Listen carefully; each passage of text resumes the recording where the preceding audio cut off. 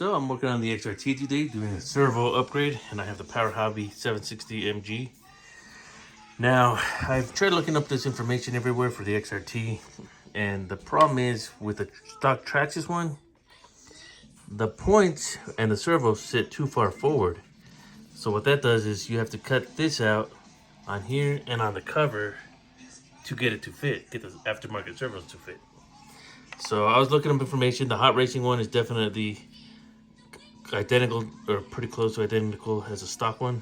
As the Traxxas one. So that wouldn't work. And I noticed the GPM on the pictures, it showed the servo was sitting back further.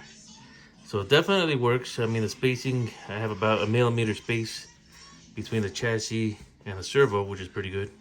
The only thing is the servo horn doesn't fit because it hits the drive shaft, which is fine. You can cut those off, or I have the hot racing one ordered, which is actually shorter. Yes, Pippet? In a minute, Pippet. So it's pretty nice. It matches the orange along with the axles and everything else, the shocks. Fits pretty nice. Stainless steel screws.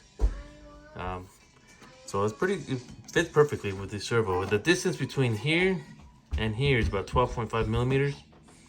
And I was noticing that a lot of them have to be 10mm to fit here without actually having to cut the chassis. So there's that. The part number for this one is GPM TXM024N-OR for orange. This is for the XMAXX, but I mean it works in the XRT obviously.